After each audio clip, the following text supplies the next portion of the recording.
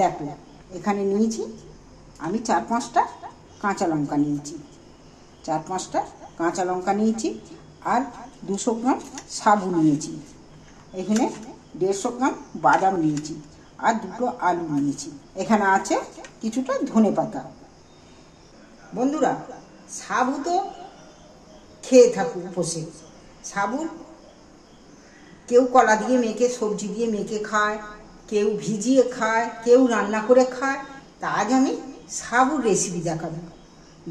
এই দারুণ স্বাদের রেসিপি তোমাদের মুখে লেগে থাকবে। এই উপোসের মুখে এই রেসিপি থাকলে তোমাদের আর কিছু যে ফলমূল খাই এইটা পেলেই তোমরা একদম খুব খুশি হবে। একবার যদি বানিয়ে নিয়ে খেতে পারো তোমাদের পেটও ভরবে, মুখও ভরবে, মনও ভরবে। তবে বন্ধুরা দেখো, সম্পূর্ণ কিন্তু দেখতে থাকবে ভিডিওটা, শুরু থেকে শেষ পর্যন্ত দেখবে আমি কিভাবে বানাই। বন্ধুরা, আমি একটা গ্যাসের মধ্যে কড়া বসিয়ে গ্যাস জ্বেলে দিই। বন্ধুরা, কড়া গরম হয়ে গেছে, এইবার আমি সাবুগুলো ঢেলে দিচ্ছি কড়ার মধ্যে। শুকনো খোলা একটু নেড়ে চেড়ে গরম করে নেব।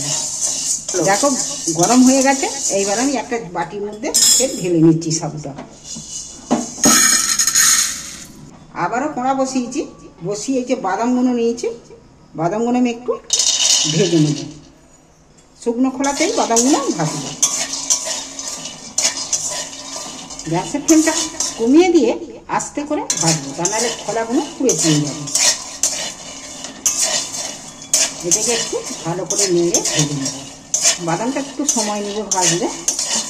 বাদামটা ভাজতে ভাজতে আমি এখানে একটা মিক্সারের জার নিয়েছি, আর সাবুগুলোও নিয়েছি, সাবুগুলো মিক্সারের জারে ঢেলে নিচ্ছি। এটাকে একটু মিক্সারে পাউডার করে নেব। বাদামগুলোকে নাড়তে নাড়তে বেশ লাল লাল করে ভালো করে ভেজে নিয়েছি। গ্যাসও অফ করে দিয়েছি। বাদামগুলো ঠান্ডা করার জন্য আমি একটা থালার মধ্যে ঢেলে নিয়েছি। ঠান্ডা হতে হতে দেখো এখানে সাবুটা আমি পাউডার করে নিয়েছি। দেখছো, সাবুর পাউডারটা আমি একটা বাটির মধ্যে ঢেলে নিচ্ছি। বাদামটা খোসা ছাড়িয়ে একটু সাদা সাদা করে নেব। খোসাগুলো থাকলে একটু কেমন লাগবে না, লাল লাল মতন। খোসাগুলো আমি একটু ছাড়িয়ে নিচ্ছি। বাদামটা ভাজা হয়ে গেছে বলে খোসাগুলো খুব ভালোভাবে ছেড়ে যাচ্ছে। বাদামগুলো আমি সব কিন্তু খোসা ছাড়িয়ে নিয়েছি, একটা দুটা রয়ে গেছে, অসুবিধে নেই। বাদামগুলো ভালো করে খোসা ছাড়িয়ে নিয়েছি। এবার আমি আবারও মিক্সারের জারে এগুলো দিয়ে দিচ্ছি। এইটাকেও পেস্ট করে নেব একটু। বাদামটাও দেখো মুড়িয়ে একদম মিহি করে নিয়েছি। বাদামও হয়ে গেছে। বাদামটা আমি এর মধ্যে ঢেলে দিচ্ছি, বাদামের পেস্টটা। এখানে আমি যে আলু দুটো নিয়েছি, আলু দুটো সেদ্ধ করে নিয়েছি, আর এখানে 4-5টা কাঁচা লঙ্কা নিয়েছি। মোটাগুলো ছাড়িয়ে নিয়ে দেখো, এই যে মোটাগুলো ছাড়িয়ে ফেলে দিয়েছি। এবার শুদ্ধ লঙ্কাগুলোকে আমি একটু ছুরির সাহায্যে ছোট ছোট করে একটু কেটে নেব।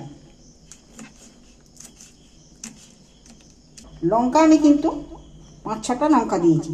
তোমরা কিন্তু ঝাল যেই রকম খাবে সেই অনুযায়ী ঝাল দেবে। তোমরা যদি ঝাল পছন্দ করো লঙ্কা আরও বাড়াতে পারো, তা নাহলে লঙ্কা আরও কমিয়েও দিতে পারো। ঝালের ব্যাপারটা তোমাদের সম্পূর্ণ। কাঁচা লঙ্কাগুলো কুচিয়ে একদম ছোট ছোট করে নিয়েছি।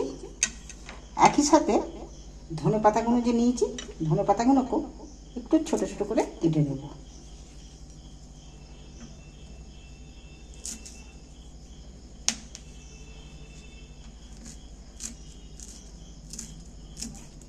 দেখো ধনে পাতা আর কাঁচা লঙ্কা দুটোই হয়ে গেছে। এইবার আমি আলুগুলো খোসা ছাড়িয়ে নিচ্ছি। এবার আমি দুটো আলুকে খোসা ছাড়িয়ে নিয়েছি। এখানে আমি একটা গ্রেন নিয়েছি।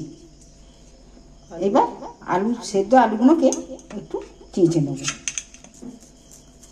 সেদ্ধ আলু তো মেখে নিলেও মেখে নেওয়া যাবে, কিন্তু মেখে নিলে তাতে একটা আধটা অন্তত ডেলা থেকে যাবে। আর এইটা যে করব এর মধ্যে একটুকু ডেলা থাকবে না, একদম সম্পূর্ণ মিহিভাবে হবে। দেখো দুটো আলু আমার হয়ে গেল চাঁচা। আলুটাও ভেজে নিয়েছি, একদম সম্পূর্ণ মিহি মিহি হয়ে গেছে। আলুটা আমি চাঁচা আলুটা এর মধ্যে দিয়ে দিই, সাবু বাদাম আর আলু চাঁচাটা দিয়ে দিন। এইবার আমি এখানে ধনে পাতা কাঁচা লঙ্কা দুটো কি একসাথেই দিয়ে দিচ্ছি এর সাথে। এবার আমি স্বাদ মতো নুন দিয়ে দিচ্ছি। নুন দিয়ে এইটাকে ভালো করে মেখে নেব, আটা মাখার মতো।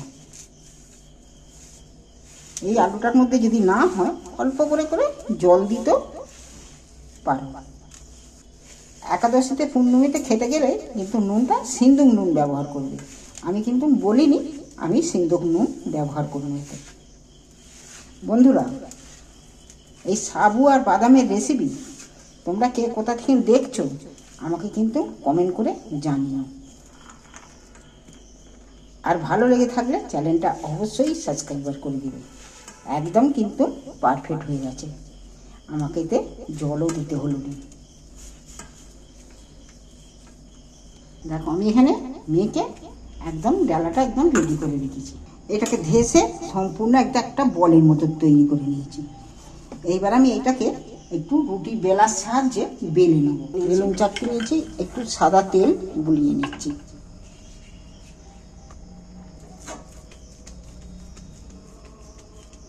এইবার আমি এটাকে একটু বেলে নেব।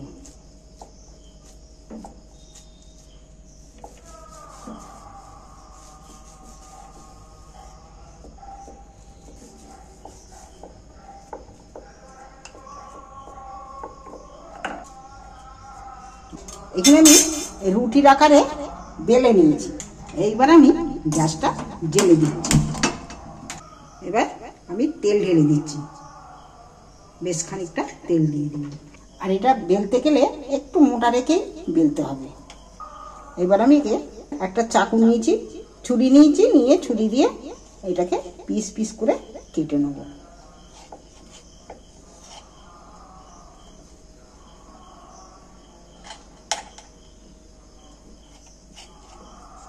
তোমরা যেমন পারবে শেপ দিতে পারো, আমি কিন্তু এই অনুযায়ী শেপটা দিচ্ছি।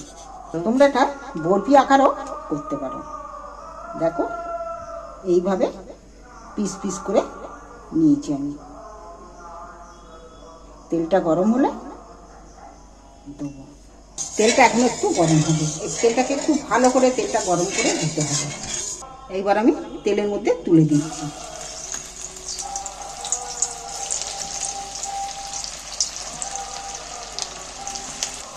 এই রেসিপিটা উপোসের পক্ষে এত দারুণ, না বানিয়ে খেলে বুঝতে পারবে না, একদম মন মুখ ভরে যাবে। এবার অল্প অল্প করেই দিচ্ছি, এরপরে কিন্তু আবারও দেবো, দুবার ধরে দেবো।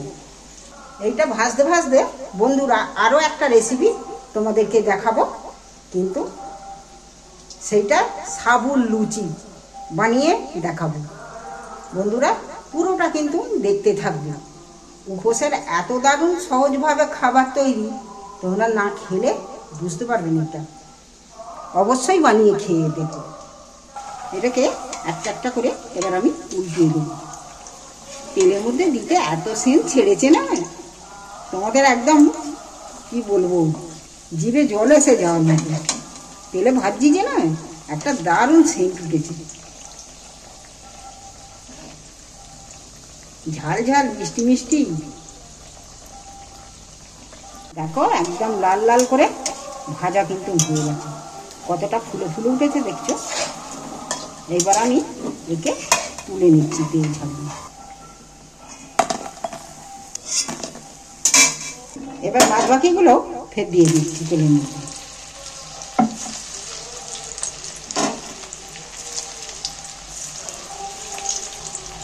দেখো দুটো আবার গোল গোল শেপে করেছি বানিয়ে। বাদ বাকিগুলো আমি ভালো করে ভেজে নিই। এবার একে তেল থেকে তুলে নিচ্ছি।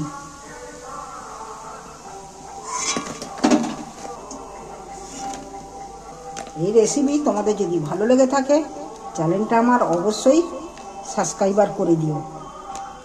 আর এর সাথে রয়েছে আলুর তরকারি আর রয়েছে সাবুর লুচি, সেটাও কিন্তু দেখতে থাকবে।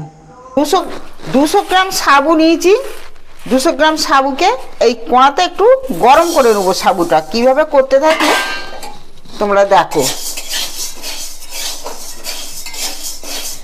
একাদশী, ইস্কন মন্দিরের একাদশীর খাবার।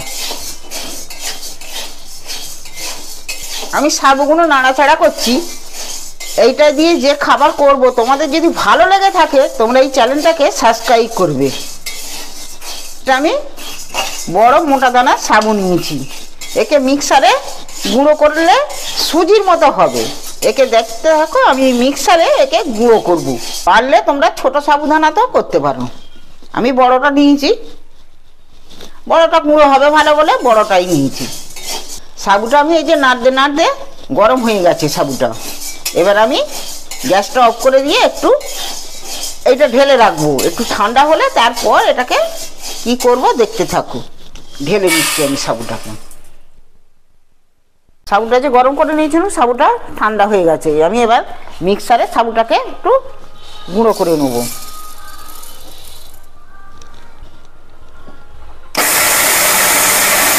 হয়ে গেছে, এবার আমি ঢেলে নিচ্ছি। যে সুজির মতো হয়ে গেছে। প্রথমেই আলু আমি সেদ্ধ করে নিয়েছি।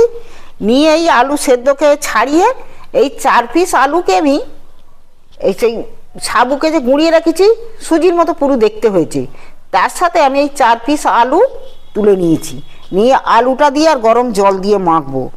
আর এই আলুটাকে আমি ওর সাথে একটা তরকারি করব। আলু মরিচ ভুনা। আমি নিরামিষি বঁটিতেই কেটে নিচ্ছি। এটা তোমরা পারলে ছুরিতে কাটবে, বঁটিতে কাটবে, যাতে করে হোক কেটে নেবে। খুন্তিতেও কেটে নিতে পারো, সেদ্ধ আলু তো। তবে আমি এগুলো সব করব সিন্দুক নুন দিয়ে। সিন্দুক নুনটা আমি কেন করে দেবো, ওটা মায়াপুরের ইস্কন মন্দিরে সব কিছু খেতে গেলে, ওই পালন করতে গেলে একাদশী, ওরা ব্যবহার করে সিন্দুক নুন। যা কিছু করে সব সিন্দুক নুনের মধ্যে করে। বারবত করলে অমনি নুন খায়ও নি, সিন্দুক নুনই ব্যবহার করতে হয়। এই যে চৌকো চৌকো ছোট ছোট আমি কেটে নিয়েছি। এবার চলো আমি গ্যাস জেলে কিভাবে এটাকে তৈরি করব আলু মরিচ ভুনা। এই রেসিপিটা তোমরা একাদশী ছাড়া কোনো বারবত করলেও তোমরা এটা করে খেতে পারবে। প্রথমে গ্যাস জেলে কড়া বসিয়ে আমি একটু ঘি দিয়ে দিচ্ছি ওর মধ্যে। আমি কড়া জেলে গা ঘি দিয়ে দিলুম। আমি মরিচ গুঁড়িয়ে রেখেছি, মরিচ গুঁড়ো দিয়ে দিচ্ছি ঘিটার মধ্যে। এটা যে ঘি আর মরিচ এই যে হয়ে গেল, সুন্দর গন্ধ উঠেছে। আমি আলুগুলো এর মধ্যে দিয়ে দিচ্ছি।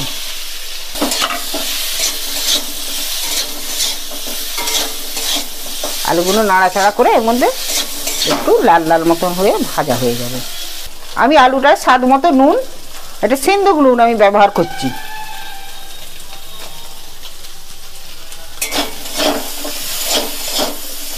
আমার ভাজা ভাজা হয়ে গেছে, সামান্য একটু জল দিয়ে আমি একটু জল দিয়ে দিলাম। আলুটা তো সেদ্ধ আলু, জল বেশি দেবো না, একটু মাখা মাখা মতন করে একটু ফুটে উঠলে নামিয়ে নেবো। আর দেখতে দেখতে তোমাদের যদি ভালো লেগে থাকে এইটা চ্যানেলটা আমাদের সাবস্ক্রাইবার করো। আমি এই 4 পিস আলু তুলে নিয়েছি। আর এই স্বাদ মতো নুন আমি এর মধ্যে দিয়ে দিচ্ছি। আলুগুলো আমি এর মধ্যে চেপে চেপে মাখলে আলুগুলো কোথাও না কোথাও ডালা হয়ে থাকবে, কিন্তু আমি এই চাঁচু নিয়ে নিচ্ছি। আমি এর মধ্যে আলুগুলো একটা একটা করে ফের তুলে নিচ্ছি। নিয়ে আমি চেঁচে নেব। নিলে আলুগুলো খুব নরম তুলতুলে হবে। দেখো আমার চাঁচা হয়ে গেল একদম। আলুটা একদম এর মধ্যে কোনো নেই। এইটা এর সাথে মাখলে খুব সুন্দর মাখা হবে। এবার আমি মেখে নিচ্ছি।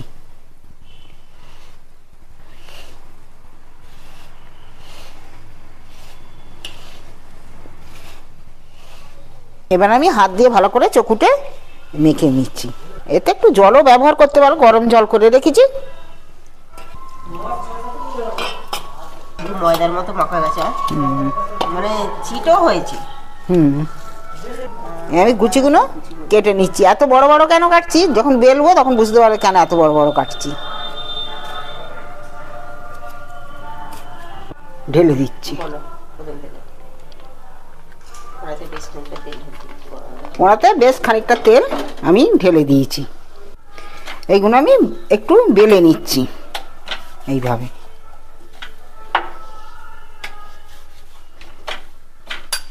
আমি এই গ্লাসের মাপ দিয়ে গোল গোল করে কেটে নিচ্ছি, তবে দেখতে খুব ভালো লাগবে। কত গোল সুন্দর গোল হয়েছে, দেখো কতটা সুন্দর গোল গোল হয়েছে।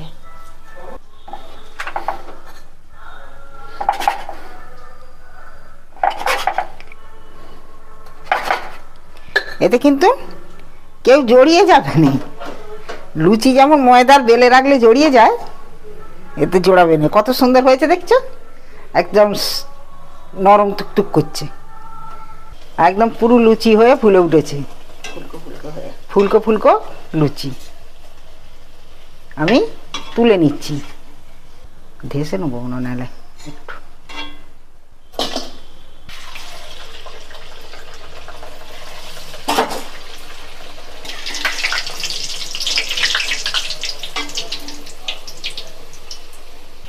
কারো গায়ে জড়ায় না, সুন্দর হচ্ছে।